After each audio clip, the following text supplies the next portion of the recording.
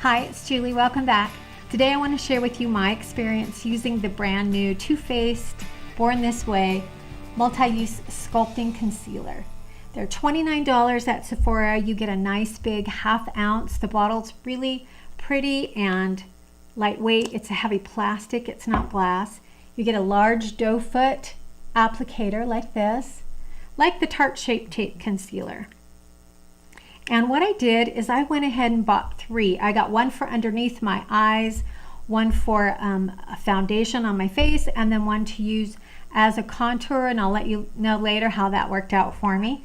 But my skin is mature, dry to normal with fine lines and a little bit of texture, a little bit of deeper lines as well.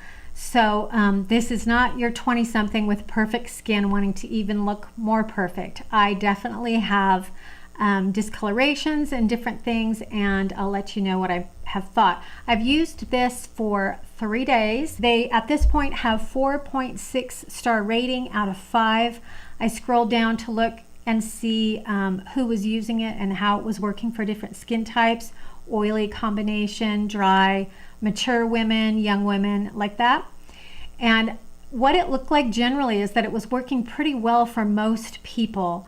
I would say that the majority of the reviews were given by younger women, but it still looks very promising. And the shade range is amazing, from very fair to very deep, which is great.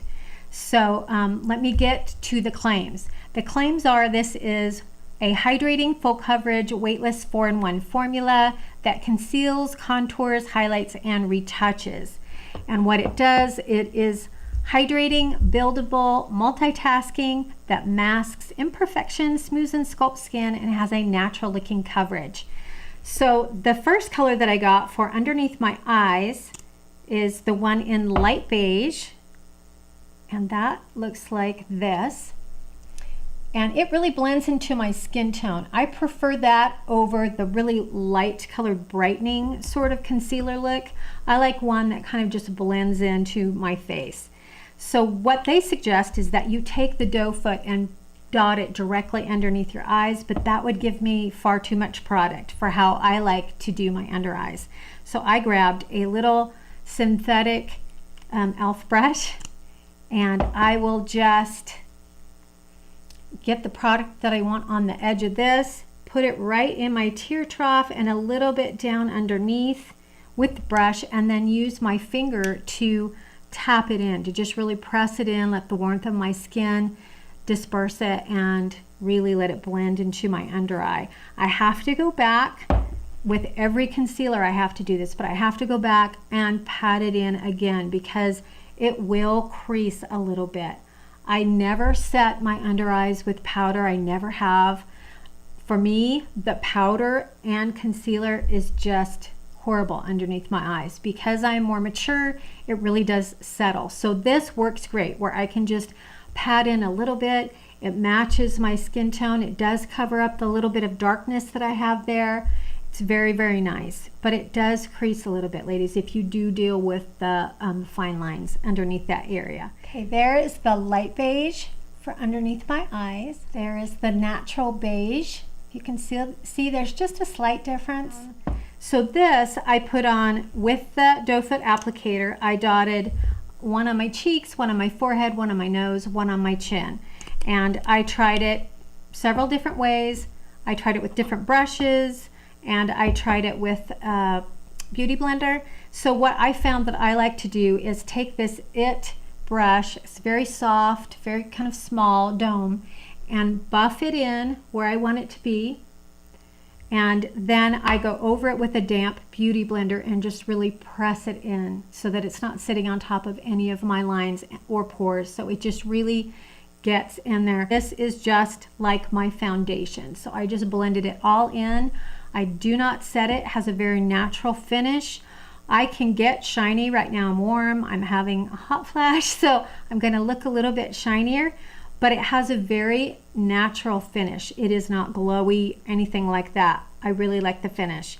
I like that I don't have to set it. I did try setting it one day with some very light powder, and it did look cakey. It took probably 2 hours for it to kind of settle in and look natural again. So I decided that I don't want to put powder on the top of this, unless you're really oily, which I'm not. So that's how I did my face. And then I went in with what I considered to be the contour color, and this is it here. It's Mocha. I'll show you what that looks like. It is very warm. So I tried it one day as a contour. Can you see how warm that is? And as it spreads and dries, it gets even more so. Let me kind of blend it with my fingers so you can see. So I tried it as a contour. Look at that. And see how, like, you just have to use the tiniest amount of this because it will blend and blend and blend. See, look at that. It just has great coverage. So that is what I thought could be a contour, which you can tell it would not be. And it looked very unnatural on my face, was very unusual looking. So then I went without using that on another day. And then I decided today to use it as a bronzer. And I really, really like the results of it. I put a dot on either side, up high on my cheekbones, one up here at my hairline, and then I used the damp beauty blender, really kept it up high and towards the outside of my face here on my cheek, and then up into my hairline here, and then I just brought it down my nose and on my chin because I wanted more of that kind of warm bronzy look to warm up my skin, and I am pleased with it. So let me get up close, let you take a look at what it looks like. I've been wearing it for probably 2 hours, something like that. It, to me, as long as you don't use too much, does not have to be full coverage. I like more of a medium to light coverage. This is can do that if you're very careful with the amount of product you use and what tools you're using to blend it into your skin. I really like the finish. I went out into the sunshine. It looks very natural. Even the bronzer color looks very natural, like it's just melted into my skin. It lasts really well on me. I'm not oily, so I don't know what it would be like to have an oilier skin type. I really, really like this. I am pleased that I got all three, and I definitely will be using them. I know that I could take this Mocha color and mix it with another foundation that was more my winter color, and I haven't done that yet, but I've heard that you can do that. So I'll be interested in kind of experimenting with this Mocha color and seeing what I can do with it. So I'm really pleased. I hope you're having a great day, and I will see you in my next video.